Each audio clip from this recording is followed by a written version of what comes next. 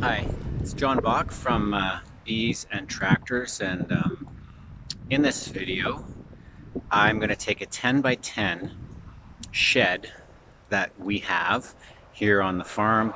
I'm going to insulate it, and I'm going to put my bees in there. I've put bees in there before, but it gets really cold up here, and there weren't enough colonies in there to have a critical mass to um, keep the shed warm enough. So I don't think there was any real advantage to having them indoors or out. So yeah, last year I wintered 34 colonies, some inside, some outside, and I lost 2/3 of my bees. I had a terrible year. I know a lot of other beekeepers did. I had some nosema issues. The year before that, I had 24 colonies, and I wintered 20, and I thought I was on my way.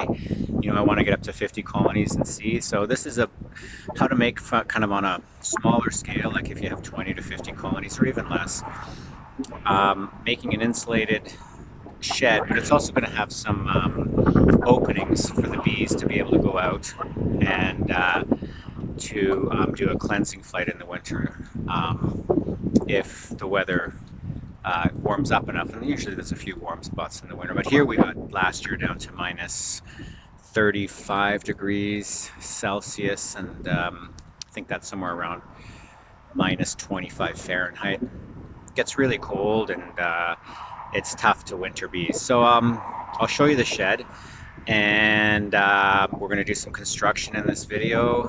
I'm not going to actually show you the construction, but I'll show you the before and after. And then I'll put some bees in there. And so this video is going to really span right now, which is fall. It's mid-October 2023. And I'll put some bees in there, and we'll kind of follow the progress all the way to the spring and see what happens. All right, so let's go take a look at the shed before I've really done any work on it. So this is the shed, and there's quite a bit of traffic going by. It's right by the highway, and it's hunting season, so I apologize for all the traffic noise. But yeah, it's just a small 10 by 10 plywood shed, and I got some tools here. It's a bit of a mess right now. So last couple years I've put bees on these shelves, the colonies on these shelves, but now you can see the studs are there, and there's no insulation. So I'm going to insulate it, put some slots where the bees can get out. There's kind of a colony right there I'm kind of looking at kind of as a prototype. So I'll put this all together, and then we'll take a look at where we're at. All right. Also in this video, probably a lot of you are familiar with a Slovenian bee house. This is going to have an option where you can keep bees in here permanently, but be able to use langstroth frames, because I find that's one of the big problems with a Slovenian bee house is the frames are square, and you can't transfer them into a langstroth hive. So for example, if you had some queen cells and wanted to do a split and you had Slovenian frames, it makes it really difficult. Or you want to add brood and equalize different colonies and that kind of thing, it's really hard to do. So I'm going to try to make a Slovenian style bee house, but using langstroth frames, which should help with the transferability to indoor, outdoor, and all the things I mentioned. Okay, so today is bee moving day. It's day before Halloween. It's about -6 Celsius, somewhere around, sorry again for the traffic, we're right by the highway, somewhere around 20 Fahrenheit. Yeah, day before Halloween. And so this is the completed bee house. Insulation is in. And these are mouse guards. There's little slots here where the bees can fly if they need to. So I'm going to close the door. And you can see now it's pretty dark. There's a bit of light leaking in. And I left one of the openings without the foam in it, and I can show you that. So this is just a little bit of foam, 1 inch, and there's the slots, and so that's one of the entrances where the bees can come and go. And I can just plug that up. And I think we're ready to go. So I'm going to bring in 15 colonies. We're up in the mountains here, pretty high up. So there's a bit of sun coming in right now. The bees are over in that direction. This is the north facing part here, and you can see the sun is just trying to peek out. But we lose sun for about 6 weeks here. Nothing. It just comes up on the mountain there, and that's it. We have about 2 more weeks till that date happens. So I'm going to bring the bees in, and then we'll just see what happens. We'll see if the temperature rises in the house or not. There's a vent at the top and a vent at the bottom. So the idea is that the CO2 generated by the bees will flow out of that bottom vent, and then hopefully that will cycle in fresh air from the top. I have a dehumidifier here in the corner and a vent I can hook it up to here, and behind that there's just a small heater. So I'll get the bees in here and we'll see how it goes. So it's the next morning, and I'm just going to check the temperature outside. I put in, I don't know if you can see that, minus 6.4 Celsius.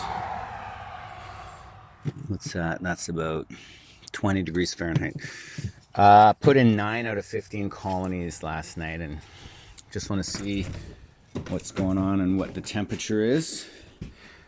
I've got a few more to go, but yeah, just want to do a quick temperature check here. So it's showing minus 4.5.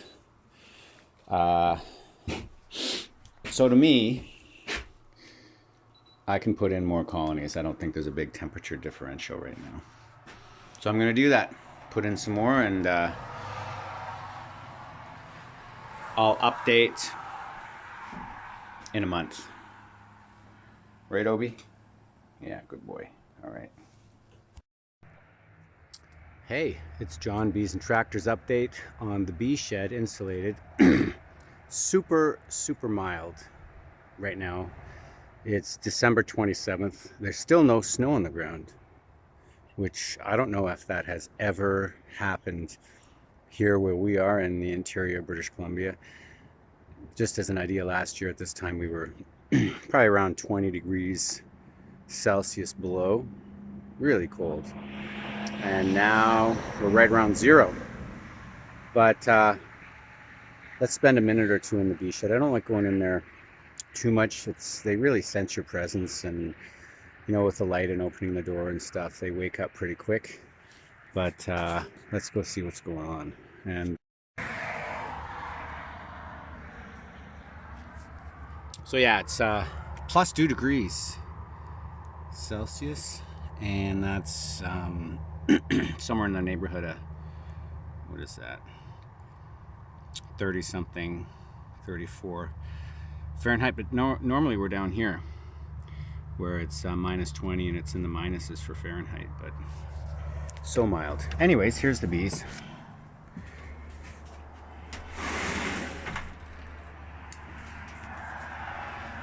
It's 15 colonies, still doing well. So it's about plus 4 outside and about the same inside, because I have some vents open right now. There's a bit of dead bees on there. So I'm just going to pop 1 or 2 lids.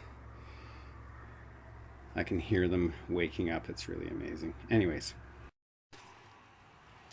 Okay, so this is the colony closest to the door. Should have the best light. So let's see how they're doing. Hopefully they won't come after me. Hopefully they're basically alive and still in cluster. So yeah, there they are. Hey girls, they're doing fine. But again, I really don't want to bug them too much. I'll probably start giving some supplementary feed pretty soon, just to get them through. So we can look, they're really getting loud now. I'm gonna leave. Anyways, I will give an update at the end of January, probably. Thanks for tuning in.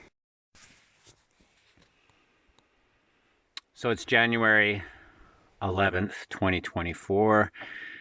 We had a pretty mild Christmas, but the cold has finally come, the cold that usually comes here for a week or two. And so it's, I don't know if you can see that, minus 35. And that's Celsius. So for my American friends, that is,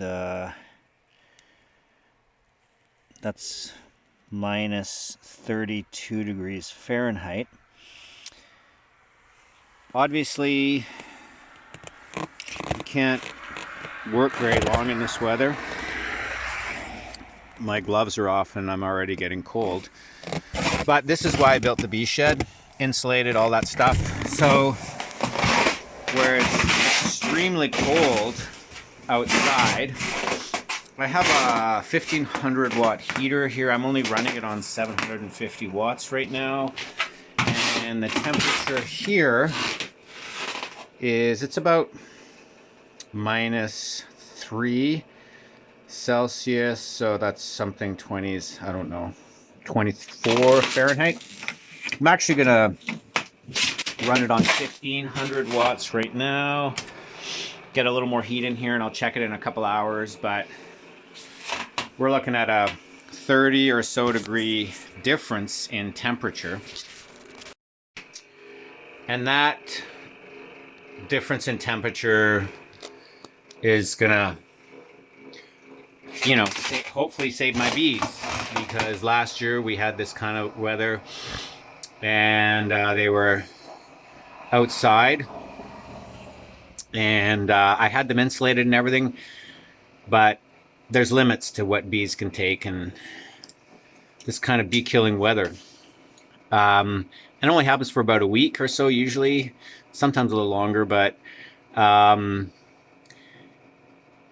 it just knocks them right out, obviously. I mean, bees can handle -5 or so, but when you get down to the temperatures like this.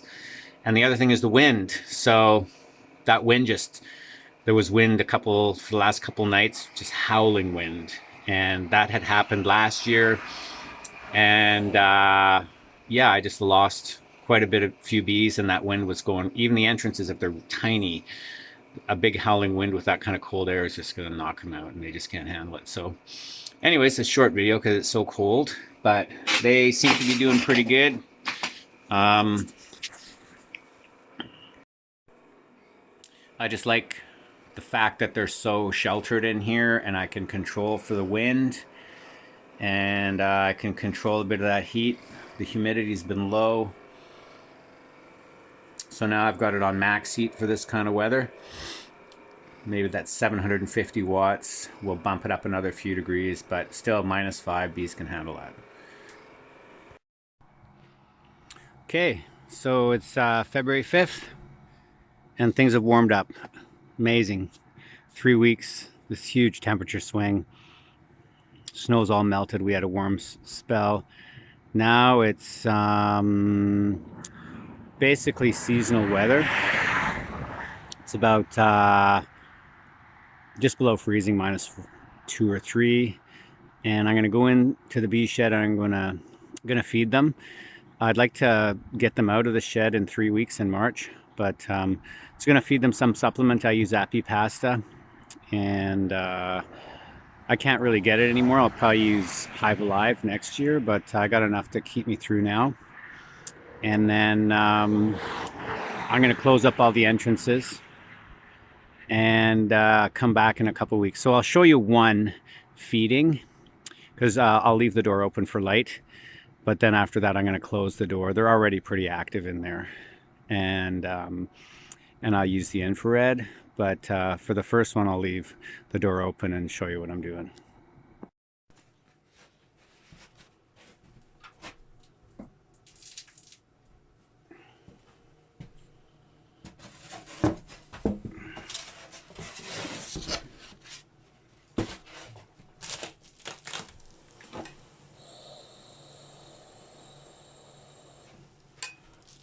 A lot of bees in there. They look like they're running low on food. The smoke doesn't seem to do that much, but I guess they're going to squish to me.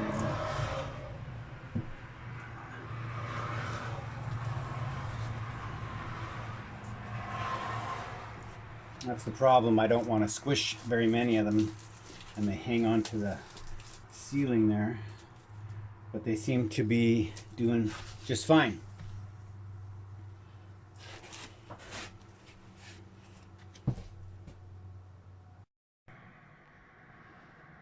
Amazingly, it looks like all 15 of the colonies are still alive. It's early February, still got a ways to go. I really don't think you can say a hive has survived the winter until you can see brood and pull a frame, which is really around April. So anyways, but so far things are looking really good. There's been times when I've known my bees were in big trouble at this point. So far so good. I'm just going to close up the entrances. I'll show you what that looks like, and hopefully they'll settle in, gets a little darker in there, a little calmer, and I'm going to visit them again probably in 2 weeks. I think I'll give them some protein, hopefully stimulate the queen to start laying some eggs and get ready for the spring. So getting there.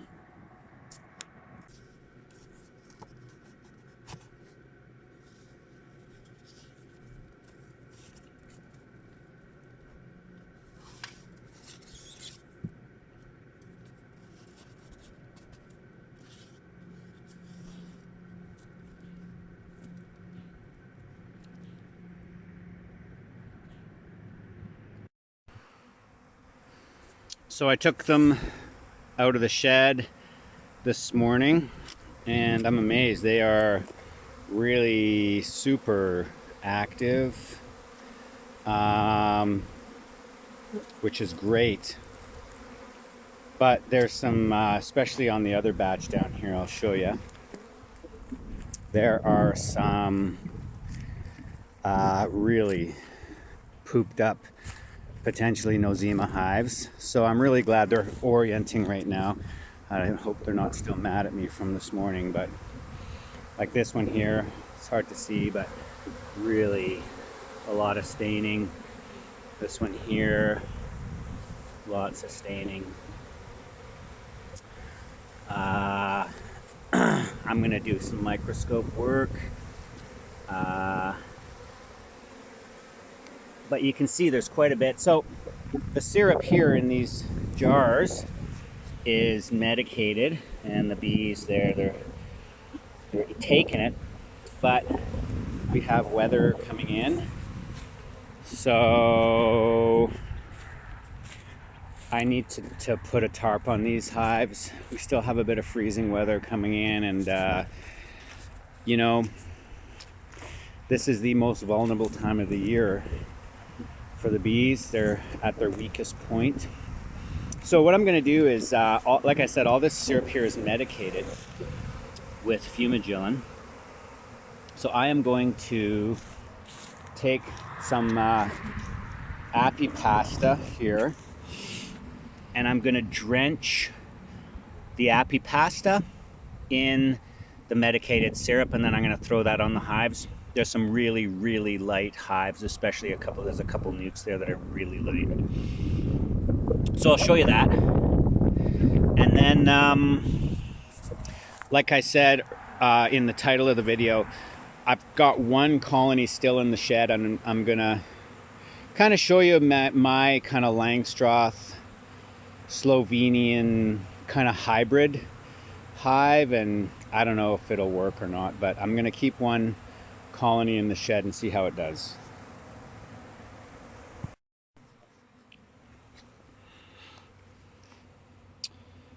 Here's some of the syrup. I'm gonna pour this on there. See how it goes.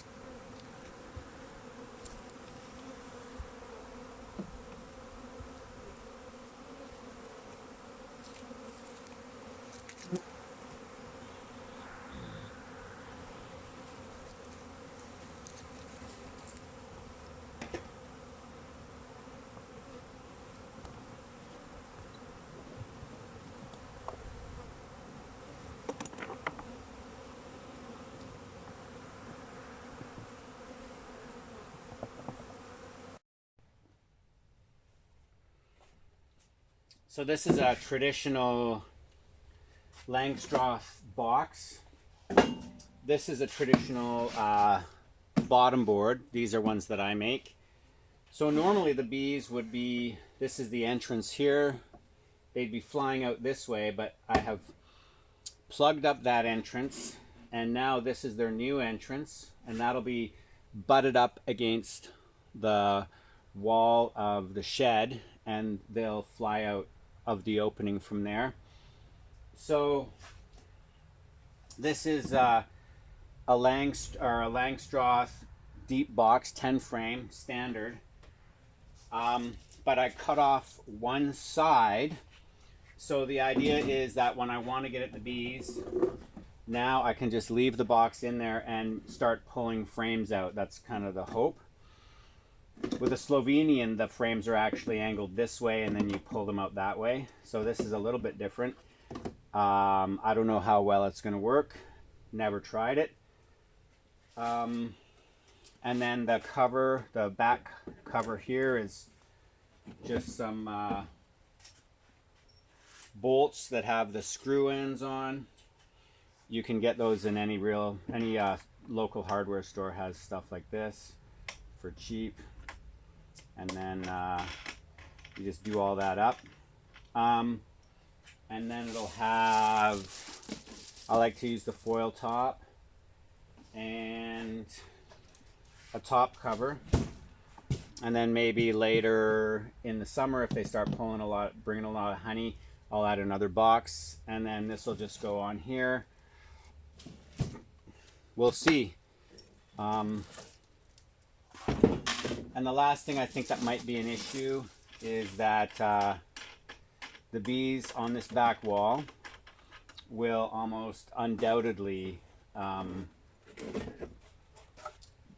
glue that to the last frame here, so it'll be hard to get off, and then it'll probably upset the bees. So when I put it together, I've got some parchment paper I'm going to put in there, and then hopefully the back cover will come off pretty easily, and I'll probably just have to peel that off. We'll see how it goes.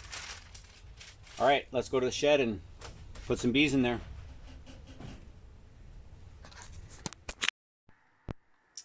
So before I do the transfer, just thought I'd show you. Here's the pile of dead bees. It's quite a bit actually, for only 14 colonies, and that's about half the winter. Halfway through the winter I cleaned them out, and you can see inside now there's poop stains in there. So I got some cleaning to do before I put bees back in. There's some more there. But anyways, let's get some bees in the new hive and see how that goes.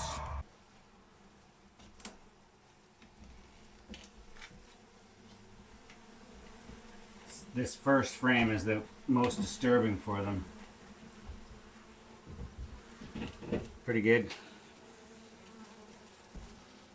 I can't see if there's eggs in there. There might be.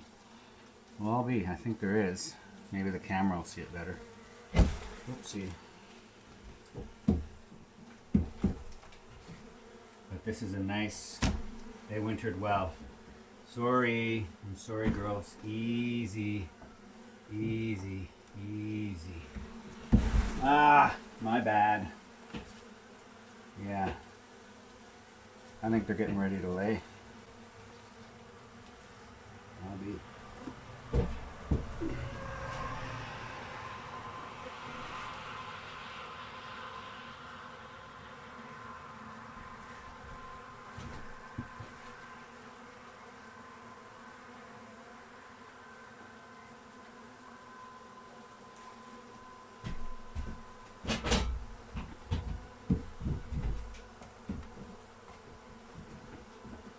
Easy growth. Come on. Just give me a minute or two more. That's all I ask. Excuse. Easy.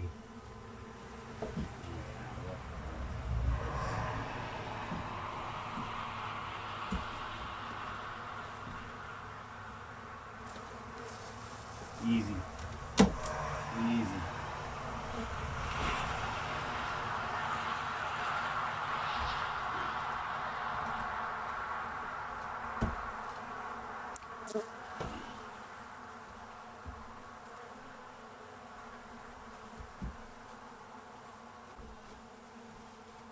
So I'm done going through all the hives. Right now there's 13 queen right colonies. So one of them, and I noticed when I took it out it was really weak. So that one, it's got a laying worker in there I think, and there's just a really tiny cluster. So they're not going to make it, but I'm happy with 13 out of 15. Especially in a cold place like this. It's around 85%. If I did that every year, I'd be happy. So anyways, this is the end of this video. I hope you liked it. In the summer, I am going to make a video on producing natural queens. So I'm not grafting anymore. And I'll get into the reasons why I don't want to graft. And I'm going to use a product called Caspian solution, which makes a claim that you'll get more queen cells and more brood more quickly. So I'm going to split the colony up, and I'll give some of them Caspian solution and some of them won't get it, and we'll see how many queens they make. So anyways, please like and subscribe, and I hope you are having a great day. Thank you.